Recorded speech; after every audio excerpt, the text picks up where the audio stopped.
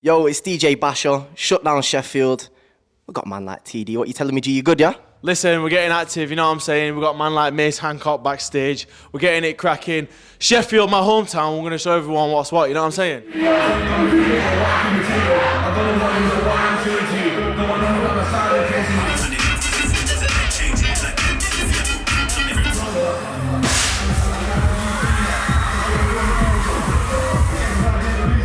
So, you just said then that you literally live over there. Is that true?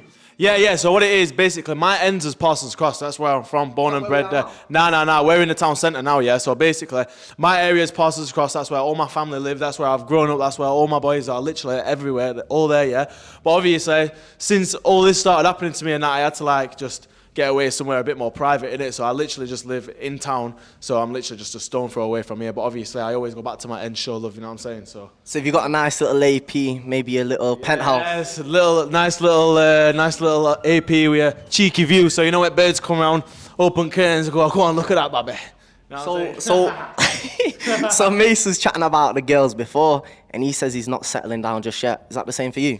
Do you know what it is? So before all this happened, yeah, I was with my girlfriend for 4 years.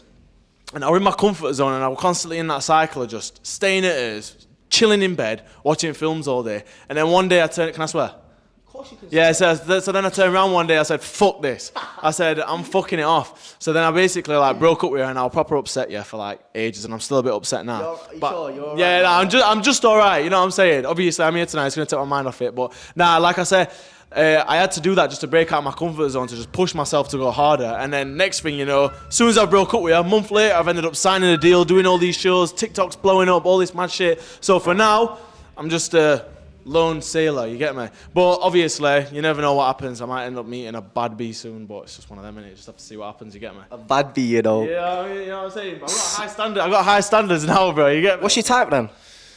Do you know what it is? I keep an open mind, me, bro. I keep an open mind. I like all girls. You know what I'm saying? Big, small, black, white, Asian. So I keep an open mind. I ain't really got a type, bro. I'm just whatever, innit? Okay, so over to music now. Yeah. What inspired you to start producing, brother? Because I know your tracks are fire.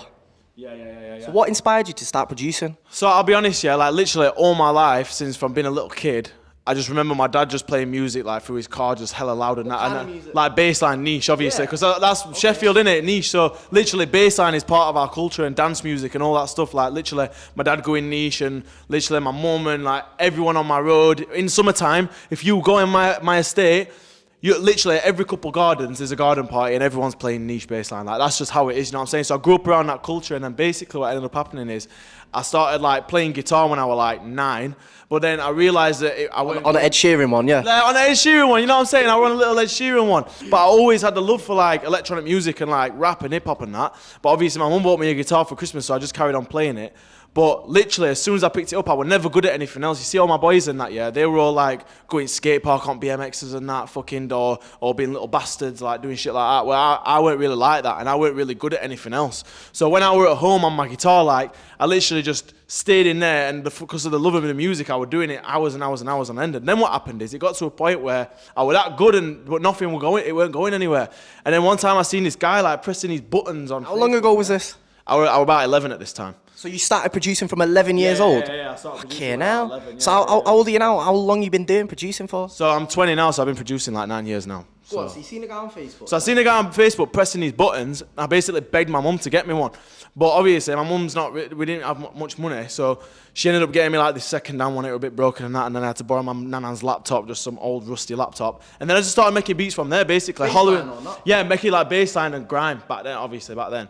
And then I would basically hollering all the rappers in Chef, like just trying to do something.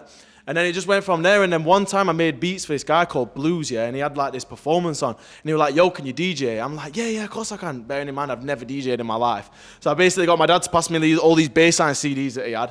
I went down to Plug, which is just down the road, just did this show, and then from there, it just carried on, and then that's it, man. That's the story, bro, you know what I mean? But love for the music's just been there my whole life. I've never done anything else. I've never wanted to do anything else, and that's where It's in your DNA, music. It's in my DNA. Like my mum's a singer, she's done session singing. My dad obviously he's just a lover of music. He don't do music, but he used to be a DJ back in the day. My dad, and then my granddad plays in a band, and just so I just do everything music, bro. Basically, yeah. So DJing, producing. You ever thought about rapping? Well, basically, obviously I did the like MCing thing, what everyone does, you know, at school and that. So I did a bit of MCing and that when I was like fucking no, literally. Yo, if you look at, if you probably, there's probably gonna be a video of me on YouTube somewhere, doing that. But yeah, so I did a bit of rapping and that when I was younger, and then obviously when I was doing the studio time and that, odd time when it were at night time, then I'd do a little session at night. You know what I'm saying? Where can they find your music? What do they type in, and where can they go?